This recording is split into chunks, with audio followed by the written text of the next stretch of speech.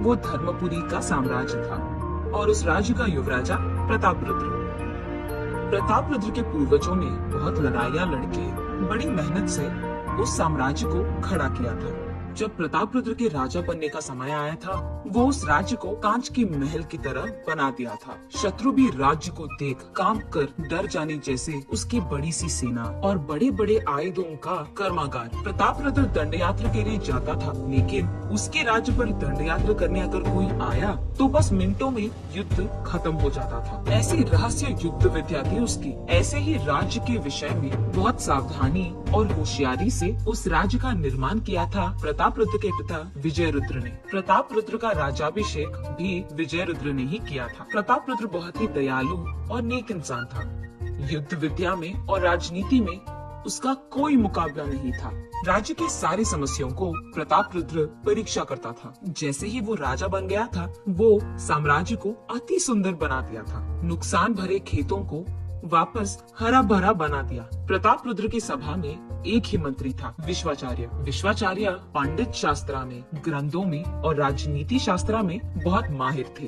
वो बड़ी से बड़ी समस्या का भी छोटा सा हल निकालकर उसको खत्म करते थे। प्रतापरुद्र जो भी फैसला लेता था, वो पहले विश्वाचार्य के साथ चर्चा करके ही लेता था। विश्वाचार्य को प्रतापरुद्र अपना गुरु मानता था, इसीलिए वो जो भी शुभ कार्य करने चाहता था, सबसे पहले विश्वाचार्य की आशीर्वाद लेता था। विश्वाचार्य जी को नमस्कार। आचार्य, आशीर्वाद दीजिए कि आज हम जो काम करने वाले हैं उसमें हम सफल हो। विजयोस्तु प्रतापरुद्र। ऐसे ही प्रतापरुद्र जो भी करता था, विश्वाचार्य को कह के ही करता था। ऐसे राज्य का अच्छी देखभाल करता था प्रतापरुद्र। उसकी प्रजा अगर मुश्किलों में थी तो राजा उनकी मुश्किल सुनकर उनकी सहायता करता था। उसकी प्रजा में अगर कोई भूखा भी था तो उसके धान्य घर से वो धान्य के साथ ही धन को भी देता था।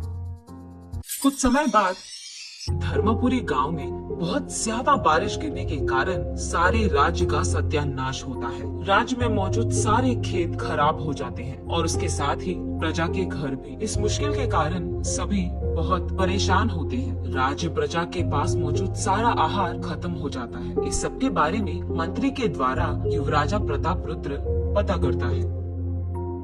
महाराजा, राज्य में मौजूद सारे खेत खराब हो गए हैं, उसके साथ ही प्रजा के घर भी। अब तो उनके पास खाने के लिए भी कुछ नहीं बचा है महाराजा। पशु पक्षी को साथ लेकर सभी भूखे पेट रो रहे हैं महाराजा। महामंत्री, ये कैसे हो सकता है? तुरंत हमें इसके बारे में कुछ करना होगा। हमारे धान्य घर में मौजूद सारे आहार को प्रजा में बांट दीजिए। कर तो सकते हैं युवराजा, लेकिन हमारे धान्य घर में मौजूद सारा धान्य को भी थोड़ा थोड़ा करके हमने अगर बांट भी दिया, वो फिर भी हमारे प्रजा में सिर्फ 75% लोगों को ही मिल पाएगा। राज्य में आहार भी नहीं है। अब क्या करेंगे? मंत्री सभा, आप इसका उपाय बोलिए।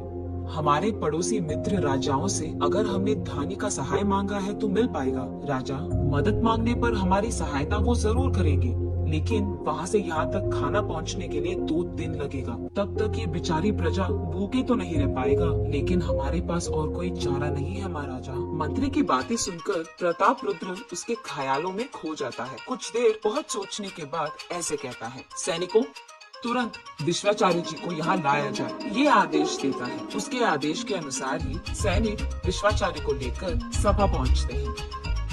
युवराज को प्रणाम। मुझे यहाँ लाया जाने की आवश्यकता क्यों आई है? आचार्य, हमारा राज्य अब बहुत मुश्किलों में है। हमारे राज्य में सिर्फ 75% लोगों को हम खाना दे पा रहे हैं।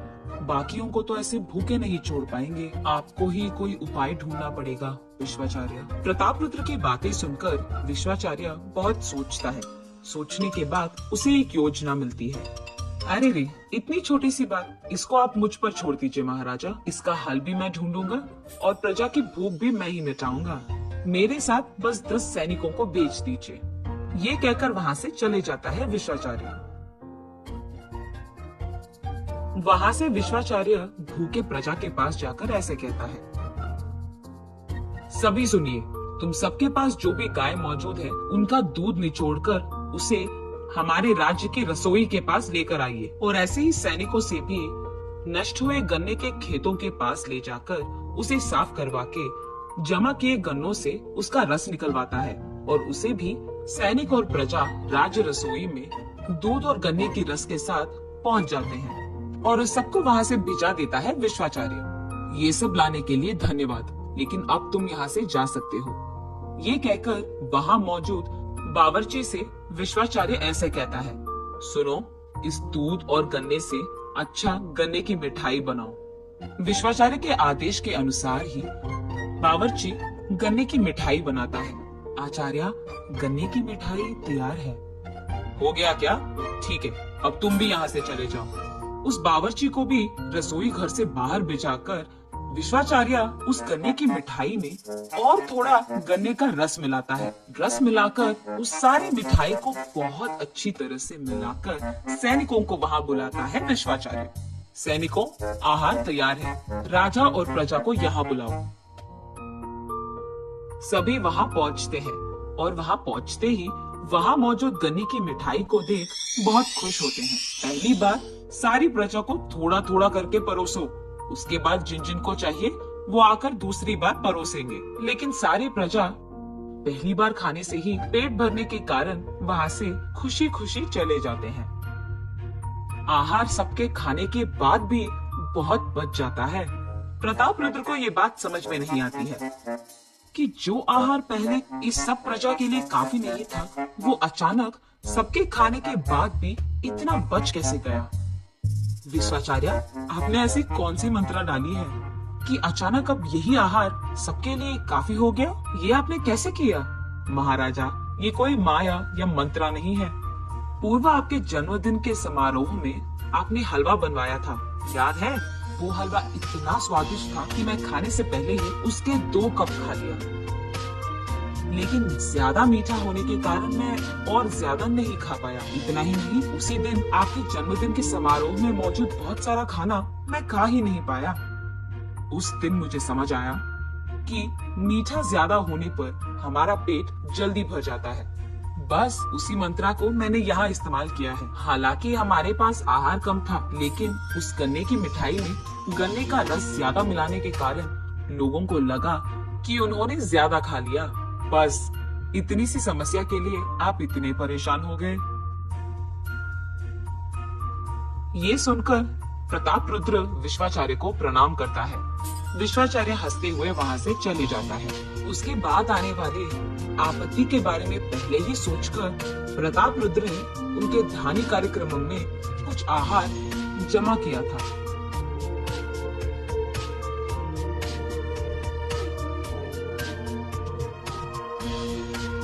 ऐसे कुछ समय बीत जाने के बाद राज्य में एक नास्तिक आदमी आता है।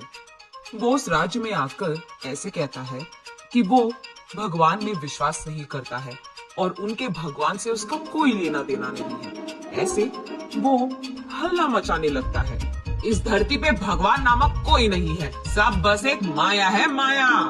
ये सब देख राज्य के सैनिकों उस नास्तिक को बंद करके उन्हें राजा के पास लेकर जाते हैं। क्या हुआ प्रभु? ये गांव में हल्ला मचा रहा है कि भगवान नहीं है और कि भगवान में विश्वास ही नहीं करता, इसलिए उसको आपके पास लेकर आए हैं प्रभु। क्या नास्तिक हो तुम? भगवान में विश्वास नहीं करते हो? तो फिर तुम्हें ये जन्म कहाँ से मिला है?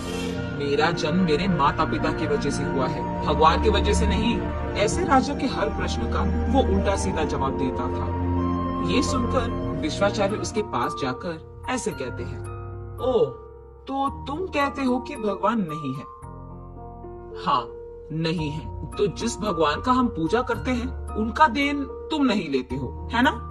हाँ, तुम्हारे भगवान का दिया हुआ कुछ भी मैं नहीं छूऊंगा, मैं सिर्फ मनुष्य के बनाया कुछ छूऊंगा। ओ, ऐसे कहते हो?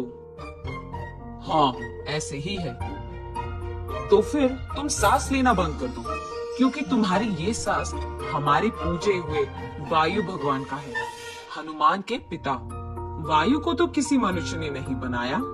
ये बात सुनकर उस आस्थान में मौजूद सभी हंसने लगते हैं। प्रतापरुद्र के साथ ही उस नास्तिक को भी विश्वाचार्य की बातें सुनकर दंग रह जाते हैं और बोलना बंद हो जाता है।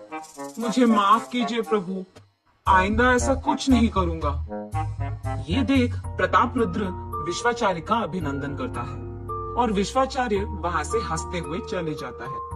तब से विश्वाचार्य की बातें और उनके किए काम के बारे में सभी बहुत अच्छा बोलते थे।